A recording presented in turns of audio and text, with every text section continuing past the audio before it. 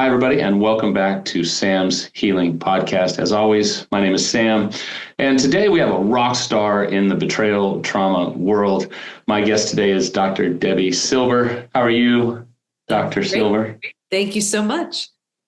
Well, it's a great joy to have you in, and I wanted to kind of read some of your bio because it's just a wonderful bio that speaks safety. And we both know in the betrayal trauma world, it is really about safety, and it's about understanding what the betrayed and the unfaithful go through. So you're the founder of PBT, which is the Post-Betrayal Transformation Institute. You run the Women's Business Enterprise, which is a company all to itself. You are a holistic psychologist, a health mindset, and personal development expert. You're an award-winning speaker, which I have seen, which is just lights out. You're the author of Trust Again, The Rebuild Roadmap, and a two-time #1 international best-selling author of The Unshakable Woman and From Hardened to Healed. Your podcast, From Betrayal to Breakthrough, fantastic podcast, is globally ranked within the top 1.5% of all podcasts. Like, dude, what are you doing in Little Sam's Healing Podcast? You're a certified personal trainer, holistic registered dietitian with a master's in nutrition. You must not sleep, earning specialty recognition in weight loss, weight maintenance. You're a whole health coach. I mean, it's off the chart. You also have a Ph.D. and your study was on how we experience betrayal. And it made 3 groundbreaking discoveries that change and discuss how long it takes to heal. In addition to being on Fox, CBS, The Dr. Oz Show, TED, twice, you're an award-winning speaker and a coach dedicated to helping people move past their betrayals. It is a true joy to have you in today. Oh, thank you so much. Looking forward to our conversation. Not sure where you got that bio from, but just one piece of clarity there. The women's business, the WBE, that just means that the PBT Institute is a women business owned company. So awesome. Yeah. Awesome. So in this world of betrayal, I find it to be really unsettling when people who've not been through it before come out and try and tell what the betrayed should do or what they shouldn't do. And I have to imagine that you've encountered that time and time again, where people come to you and say, finally, somebody who's been through it, who understands what I'm going through, right? You know, not only have I been through it, I've been through different types of betrayal. So I've been through the betrayal of of my family and my husband, and happy to talk about what that led to. But the idea is it's a very different type of trauma. And anybody who's been through it knows that, and really the way I define betrayal is it's the breaking of that spoken or unspoken rule. And every relationship has them. And the way it works is the more we trust and the more we depend on that person, the deeper the betrayal. So let's say a child who's totally dependent on their parent and the parent does something awful, that's going to have a different impact than, let's say, your coworker taking credit for your idea. Still a betrayal, different level of cleanup left in the wake. Would you agree? I know that you do, so I'm teeing it up easy for you, but having someone speak to it besides myself, wouldn't you agree that betrayal trauma does this unique thing where it goes and digs up all the unhealed wounds of childhood and adulthood and just lassos them all together and creates this tsunami of pain, hurt, dysregulation? I mean, betrayal trauma is a very real thing, right? This isn't just something that's cute little words to describe betrayal. Oh, I mean, not only is it, the whole thing, it's a very unique type of trauma. And I can get into why it's a different type of trauma, but just to go back to what you were saying, the reason why we go back to, let's say, that original trauma, that the original betrayal trauma, is because a repeat betrayal is the most common sign of an unhealed betrayal. The face has changed, but it's the same thing. And until we get the mother of all betrayals, we're like, that's it, I've had it. And we do something so radically different, that's when it changes. There's a profound lesson to be learned. Maybe the lesson is you are lovable, worthy, and deserving. You need better boundaries in place, whatever it is. Until and unless you get that, you're going to have opportunities that look like people to teach you. Yeah, I love that so much. Sometimes it's just you loved and you were with someone who was either a narcissist or had really significant narcissist traits, but you blaming yourself for their infidelity is never going to help you heal. So you alluded to something that is absolutely true, but I'd love to get your take on it. You had said it's a particular type of wound, right? Talk a little bit more about that. Yeah. So, of course, you don't study something like betrayal unless you have to. And that was me. I'm in business 33 years, health, mindset, personal development. And it was really after those two painful betrayals, first my family, and then I thought I did what I needed to do to heal from that. And then it happened again a few years later. This time it was my husband. That was the deal breaker. Got him out of the house and looked at the two experiences thinking, okay, what's going on here? I'm the common denominator, but what can I learn from this? And there wasn't a book, there wasn't a course, there wasn't anything I could find. So I like to learn my way through everything. So I enrolled in a PhD program. I was like, I had 4 kids, 6 dogs, a business. I'm like, I have no idea how I'm going to do this, but if nothing changes, nothing changes. So I studied betrayal, and I studied it selfishly just to heal so I could be there for my kids and my clients. And then while I was there, I did a study. That study led to 3 discoveries, which changed my health, my work, my family, and my life. So to answer your question, betrayal is a very different type of trauma. That was the first discovery, because originally I was studying betrayal and post-traumatic growth. And I like to look at post-traumatic growth as kind of the upside of trauma, how any trauma, death of a loved one, disease, natural disaster, whatever, leaves you with a new awareness, insight, perspective you didn't have. But I had been through death of a loved one, and I'd been through disease. And I was like, nope, betrayal feels different. I didn't want to assume it was the same for everybody in my study. So I asked them, if you've been through other traumas, does it feel different? Unanimously, they said it's so different, and here's why. Because it feels so intentional. We take it so personally. So the entire self gets shattered. Rejection, abandonment, belonging, confidence, worthiness, trust. Like when you lose someone you love, you grieve, you're sad, you mourn the lost, life will never be the same. But you don't question the relationship. You don't question your ability to trust. You don't question your sanity. With betrayal, you do. So that betrayal is a different type of trauma was the first discovery. And I love the definitive approach, because you're dealing with someone, and I know my audience loves hearing from someone who's had to walk through it, who deals with it, who understands.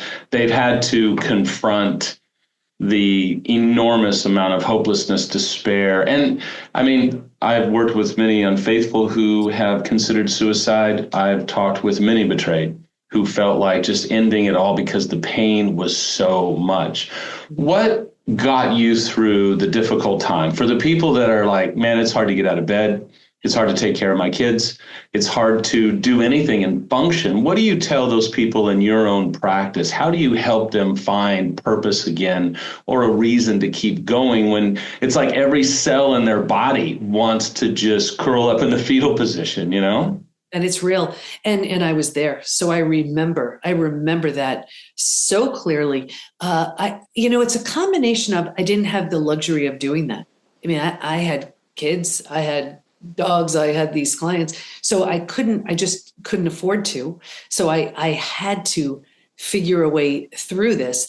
And I looked at it and I remember saying, I have no idea. It was the most clear moment. I have no idea how I'm going to heal from this, but if I do, I'm taking everybody with me. It was just a moment. And I didn't know how I was going to do this, but I can tell you those moments where I didn't have the strength for myself, I pictured my 4 kids. And I said, you're doing this for them until I could do it for me. Yeah. So we talked via email a little bit about, there comes a point where when the betrayed, now this is where I tell the betrayed, both male and female, you're never going to get a guilt trip. You're never going to get this manipulation from, obviously, you, Debbie, but from me as well. And my viewers know this. But there is this little nuance, and it's really difficult, but I'm going to do my best to communicate it, is that if the betrayed doesn't do their own individual work, they will remain stuck. But the problem is, any betrayed says, wait a minute, I didn't cause this. I didn't do this. Why do I have to do all this work? Why is it that I didn't cause this. I shouldn't have to do it. And then there's a hesitancy and a legitimate feeling of, I don't want to do this. Yeah. But then, and most experts will say somewhere between 6 months and maybe as little as 2 years, for those that are really good stuffers, it's going to come out sideways. It's going to come out through a habit, through a disease, through health issues, through rage, through violence. How do you speak to that in the betrayed and help them find a sense of, it's hard to say this, but is there justice? Is there a point where they realize, I don't deserve this, I didn't create this, but I'm going to do this because of some valiant reason? Yeah. And I can answer that. I would love to share the second and third discovery, because you'll see those responses. Absolutely. To those Please discoveries. do. But in addition to that, they don't have to do anything, but betrayal cracks you wide open. And it can be the catalyst and the launchpad for your greatest transformation. There's a version of you, and I'm speaking to the betrayed, who is so strong, so healthy, so whole, so healed. That's waiting on the other side of your experience. So yes, you have every right to stay stuck, and you can. And at the end of the day, you'll have your story. You'll also have a ton of illness, which I'm happy to share that too. And you can have that. I use this example. I did 2 TEDx talks, which you mentioned. And in one of them, I think it was in, do you have post-betrayal syndrome? And I talk about a house. And here's the difference between resilience and transformation. And I talk about like an old house, where, you're just patching it up. And that's resilience. Like, you need a new roof, you get a roof, right? You need to paint it, you paint. Here's trauma and transformation. A tornado comes by and levels the house, right? A paint job is not going to fix it. A new roof's not going to fix it.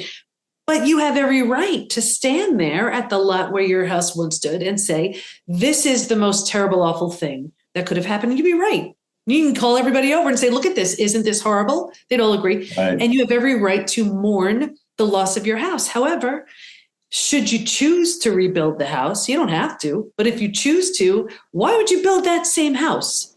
There's nothing there, right? Why not give it everything the old house didn't have? That's the opportunity waiting for you after betrayal. I think it's beautifully put. It is not what some people think, which is, oh, let's make lemonade out of lemons, or, oh, let's just, kind of rise up. But understanding the purpose behind it, understanding that your life, and I talk to betrayeds, male and female, all day long. And some of the time I have to tell them, your life is not over, but it does feel like it.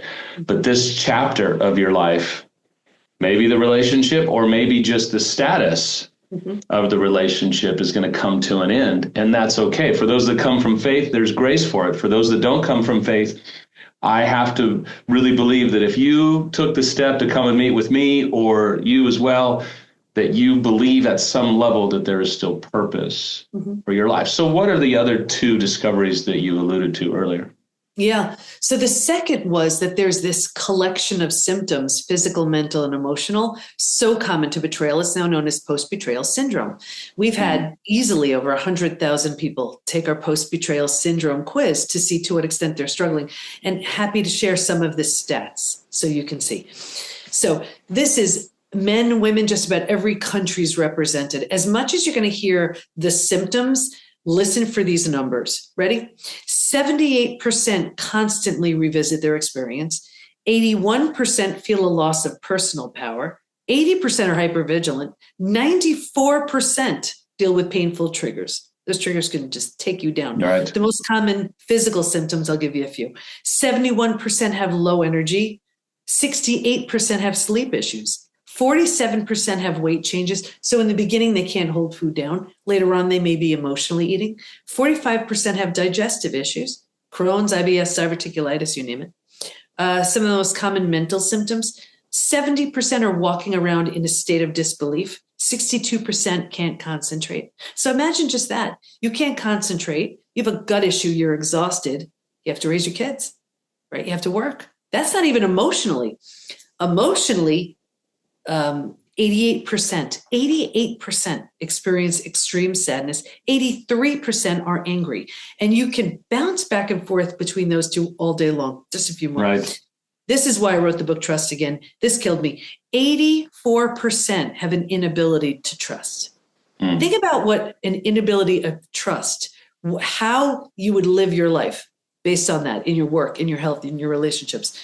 There's so many more. 67% prevent themselves from forming deep relationships because they're afraid of being hurt again. 90% want to move forward, but they don't know how. What's even crazier about those numbers, you didn't hear me say 20%, 30%. These numbers are super high. They're also not necessarily from a recent betrayal.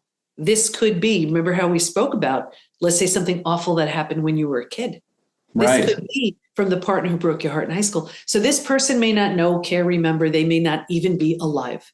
And here we are with symptoms decades later because of that. The good news is you could heal from all of it. That was the third discovery.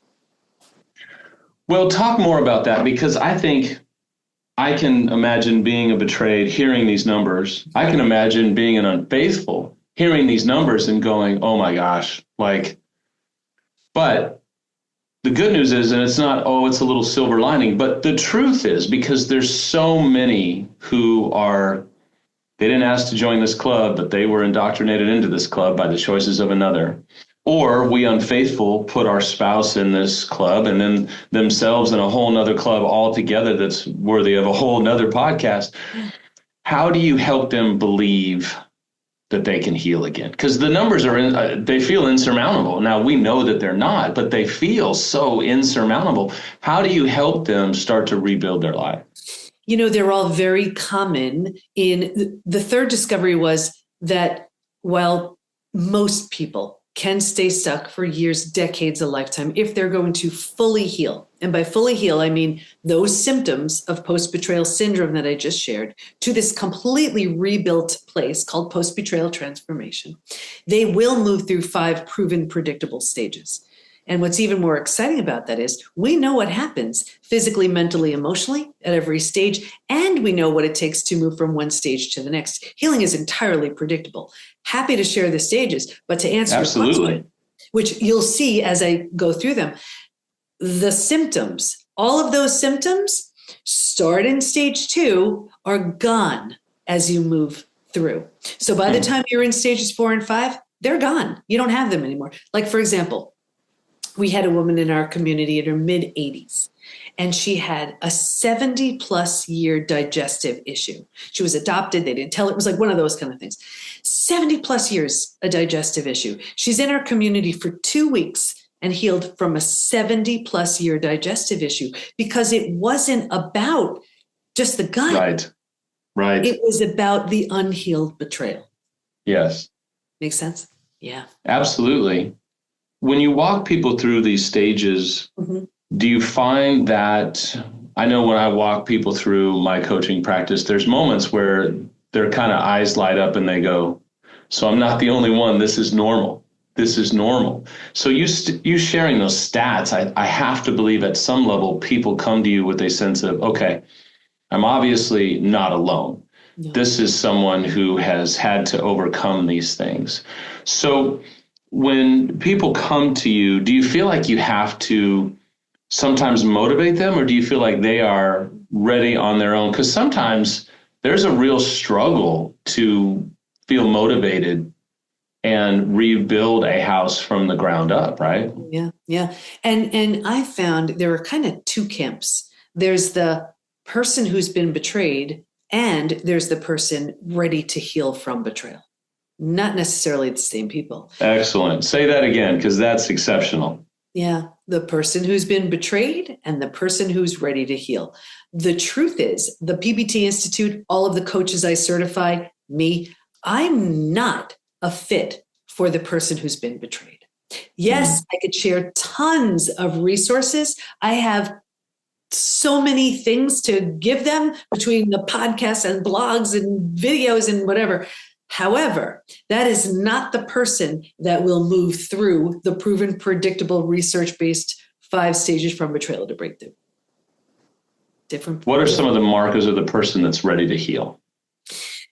That's the person who is so done. They've had it. They realize that this experience has really taken their health, their mind, their trust, their sanity. They see it's affecting every aspect of life, and they're ready for something so much better.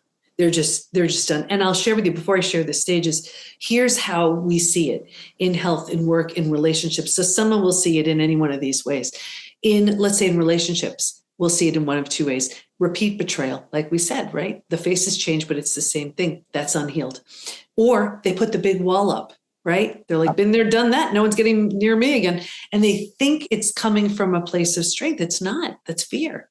Their heart was so broken, so hurt. They're not willing to risk that level of vulnerability. So they decide it's better to keep everyone at a distance. That's not fair to you, right? Right.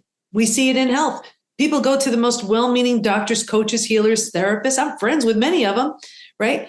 For a stress-related symptom, illness, condition, disease, that the root of it is an unhealed betrayal. Like, for example, you could go to a digestive expert, right? They could give you the best protocol. Yeah. But if 45% of everyone betrayed has a gut issue, and they're giving you this wonderful protocol, but they don't know there's an unhealed betrayal at the root of it, you're hacking away at the leaves, right? We see it at work. You want that raise or promotion, you deserve it, but your confidence was shattered. So you don't have the confidence to ask. Or you want to be a collaborative partner, you want to trust, but the person you trusted the most proved untrustworthy. How do you trust that boss, that coworker, that partner? Shows up everywhere. So it's the person who realizes that, and they're like, that's it, I'm done. Those are our people. I think it's so well said. So what are the 5 stages? As you've noticed, I'm taking notes. I always take notes through podcasts that I have. And I think that all viewers should, obviously they're driving or what have you, but just being able to have you share your mind with us for these minutes. So what are the 5 stages? Yeah, sure. So it's all mapped out in trust. Again, it's all I certify our coaches in. It's all we do within the BBT Institute. Here's a boiled down version.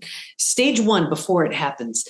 And if you can imagine 4 legs of a table, the 4 legs being physical, mental, emotional, and spiritual, right? What I found was a heavy lean on the physical and the mental, thinking and doing. We're so good at that. And kind of neglecting or ignoring the emotional and the spiritual, feeling and being, right? So we're unsteady. Not suggesting that if you were just in that position, you will be betrayed, but that was a typical profile we saw. Sure. Anyway, it's like a table unsteady, easy for that table to topple over. That's us. Stage 2, shock, trauma, D-Day, discovery day, the scariest of all of the stages. And this is the breakdown of the body, the mind, and the worldview. So right here, you've ignited the stress response. You're now headed for every single stress-related symptom, illness, condition, disease. Your mind is in a complete state of chaos and overwhelm. You cannot wrap your mind around what just happened, right? Yeah. It's like that person just took a mask off. You're like, what?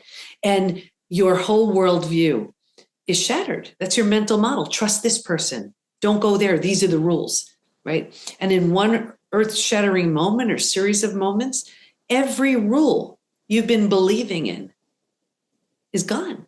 The bottom is bottomed out. And a new bottom hasn't been formed yet. It's traumatizing. But think about it. If the bottom were to bottom out on you, what would you do? You grab hold of anything or anyone. Yeah. In order to stay safe and stay alive. That's stage 3. Survival instincts emerge. It's the most practical out of all of the stages. If you can't help me get out of my way, how do I survive this? Where do I go? Who can I trust? Here's the trap, though. Stage 3, this is the one everybody gets stuck in. These are the ones who are coming to you. Here's why. Once you've figured out how to survive your experience, because it feels so much better than the shock and trauma you just came from, you think it's good, right? And because we don't know there's anywhere else to go, we don't know there's a stage 4 or stage 5. We plant roots here. We're not supposed to, but we don't know that. And 4 things happen. The first is you start getting all those small self benefits. You get your story. We love our story. You get to be right. You get sympathy. You get someone to blame. And on some level, you're not getting much else. So you take it. That feels good. So you stay. And now, you're sinking deeper roots into that spot. So now the mind starts doing things like, maybe you're not that great. Maybe you deserved it. Maybe this, maybe that. So you plant deeper roots, right? Right. And now, because these are the thoughts you're thinking, this is the energy you start putting out.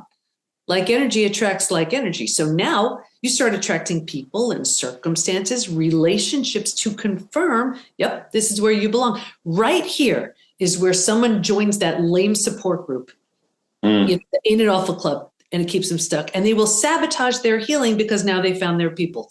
Here's where you go to a well-meaning therapist, but they don't understand betrayal. So you feel heard, validated, understood, and that's all. And you're wondering why you're not an inch closer to the next stage, right? Here's where you may be healing and you sabotage your healing because you're afraid to outgrow your betrayer who's not changing. You have all the symptoms of post-betrayal syndrome. You're in so deep with this. So now you start numbing, avoiding, distracting. Yeah, it gets worse, but I'll get you out of here. So because it feels so bad, but you don't know there's a way out, here's where you start to see food, drugs, alcohol, work, TV, whatever. So you do it for a day, a week, a month. Now it's a habit, a year, 10 years, 20 years. And I can see someone 20 years later and say, that emotional eating you're doing, that drinking, do you think that has anything to do with your betrayal? And they'd look at me like I'm crazy. It happened 20 years ago. All they did was lock themselves in stage 3. That makes sense? Yeah, absolutely. Yeah. So can I get you out of stage 3? Please get me out. I don't like the stage 3. So please take me to 4 and then take me home to 5. All right. So if you have to grieve more than the loss, bunch of things you need to do. Willingness is probably the biggest word right here. If you're willing to let go of all those small self-benefits, everything else, you move to stage 4. Stage 4 is finding and adjusting to a new normal. So here's where you acknowledge, I can't undo what happened, but I control what I do with it. Right there in that decision, you're starting to turn down the stress response. You're not healing just yet, but at least you stop the massive damage that was going on in stages 2 and 3. Stage 4 feels like if you've ever moved to a new house, office, whatever, your stuff's not there. It's not cozy yet, but it's like this hopeful excitement. Kind of feels like that. But think about it. If you were to move, you don't take everything with you, right? You don't take those things that don't represent who you're ready to be in that new stage. And what I found was if your friends weren't there for you, you're done. That lame support group, you're done. Right. That therapist, you're done. The betrayer who's not changing, you're done. And people say to me all the time, what the heck? I've had these people in my life all these years. Is it me? Yes, it is. You're undergoing a transformation. If they don't rise, they don't come. When you settle into this space, you make it cozy, you make it kind of mentally home. You move into the 5th, most beautiful stage. And this is healing, rebirth, and a new worldview. Your body starts to heal. Self-love, self-care, eating well, exercise. You couldn't do that earlier. Now you can. Your mind is healing. You're making all kinds of new rules, new boundaries based on the new version of you that you're becoming. And you have a new worldview based on everything you see so clearly. And the 4 legs of that table, remember, it was all about the physical and mental. By this point, we're solidly grounded because we're focused on the emotional and the spiritual too. Those are the 5 stages. I think it's brilliant. And you just said something, we're grounded. Mm-hmm. And when we are grounded, we are, as some would say, in our adult self, we're in our highest and best self. But when we're ungrounded, I mean, that would be stage 2, stage 3, right? Just ungrounded, just moving from emotion to emotion. As we're almost done, you alluded to this earlier, but when it comes to trust, isn't it accurate that for the betrayed partner, whether male or female, when they experience betrayal trauma, it's even difficult for them to trust themselves? Would you agree? Oh, it's 100%, because think about it. You this is the person you trusted the most. And then you say, how did I not see? How did I not know? If I can't trust the person I trusted the most, and now I don't even trust myself, how in the world can I trust in anything and anyone? And that's why many of us choose not to trust again, because we feel like it's safer that way. But we teach within the PBT Institute, it's a 4-part trust rebuilding process, because we've been so hurt that but it feels so bad. So we're like, okay, fine, I'll trust again. And there's no foundation upon which that is built. But I'll share it's an easy way to explain trust. This is the way I look at it. I look at trust like a brick wall. Every opportunity someone has to show that they're trustworthy, that's one brick in that brick wall. So it could take the only way I know of a brick wall being built is brick by brick by brick, right? And then in that one earth-shattering moment, the whole brick wall comes tumbling down. Now, the person who's been betrayed can look at the rubble of bricks and say, I don't have the least bit of interest in watching that thing get rebuilt. Totally fine. They can walk away. However, if they choose to watch that brick wall be rebuilt, that would be their contribution. The person who wrecked the wall has to be a really good bricklayer. And it goes up the same way again, right? Here's what I see, though. The brick wall's up. The betrayer shatters the wall. They don't really have much of an interest in putting it back. So the betrayed says, fine, I'll do it. No. That's why they never feel safe, right? That's why they can't trust. Oof. I just want to pause, because I think every betrayed who has an unfaithful, who is a lazy, sloppy, disengaged bricklayer, probably just had a moment of clarity, because I think you painted a picture of that beautifully. And while the betrayeds collect themselves, because I thought that was such a nuclear bomb of a vision, that we try and rebuild the wall ourselves because we just want to feel safe. We just want that life back again. Even though it wasn't great, it hurt like hell. Now that we can see clearly, we look back and go, oh my gosh, but it still feels better than being alone and where I'm at right now. Mm-hmm. How do you help the betrayed not put on their gloves and start trying to rebuild the wall themselves? Yeah, it's such a great question. And, we actually have a program for the betrayer too, because, betrayal will show you who someone truly is. It also gives them the opportunity for their biggest wake-up call, have them wake up to who they're ready to become. And they can change and transform just like the betrayed. We see it every day. So here's the thing. There's a saying I've been saying in my 33 years of business, and it applies to just about every topic. And it's hard now, easy later. Easy now, hard later. Take your pick. It's going to be one of those two. When it comes to healing from betrayal, it is a full-on reckoning. And it's hard now, easy later. And when I say that, it's because every time you have a thought in your head, and it's like, you're ready to do it, forget it. It would just be so hard. Or I don't want that confrontation. Or no, this is an opportunity to say, do I want this representing this new version of me that I'm becoming? And if the answer is no, you don't say it, you don't do it, period. And that's the hard part, because our go-to response is, well, that's what I used to say, or I never used to have my boundaries in place, or I never used to speak up, or I used to settle. Let's just do that again. So we go back. No, there's no going back. So here's the opportunity where you look and you're like, oh, no. The old me didn't speak up about that. The new me does. Now, here's the thing. One of the biggest fears the betrayed has is, well, what if they don't stand for that? Okay, well, what about you? Right? What about you? This is an opportunity to recreate yourself. And when you do, I'm going to show you something. You're never going to forget this. Ready? Here's how two people are. Then they're betrayed. They're in so much pain. Oh my gosh, it's so painful. So they're like, oh, this stinks. Let's just get back together. And they do this for life, right? With that partner or with someone new. Here's the difference. When you say, that's it, I'm moving through the 5 stages. But let's say you're so committed to this person, you're going to keep sabotaging yourself because you don't want to be up here by yourself, right? But you like it up here and you're like, why can't they do this? right? But if you're doing the work and they don't, you get this. So what I always recommend is you do this without any awareness or anything of what's going to happen. Now, this person may say, I better step up my game to meet the strength of this person. Then you meet up here. This is a 2.0 relationship, right? But you do this without any idea of what's going to happen. If this person doesn't, you go your own way. So, but this is your opportunity, because if you are committed to being here, period, this person could step it up or someone else. Yeah. I think it's just so beautifully said. What I love is everything that you say are not platitudes that you've read or just kind of written. You've lived it. You have gone through it.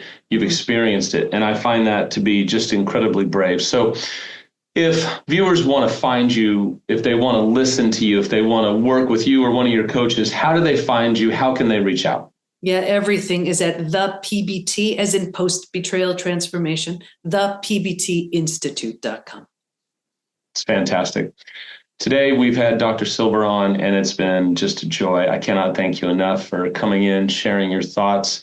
And I find it to be refreshing because you have such a direct yet compassionate message. It isn't a message of, let's go, suck it up, get over it, come on. No. It's, hey, there's more for you, there's better for you, and here's how to do it. So once again, thank you so much for coming in. We'll see you next time on Sam's Healing Podcast.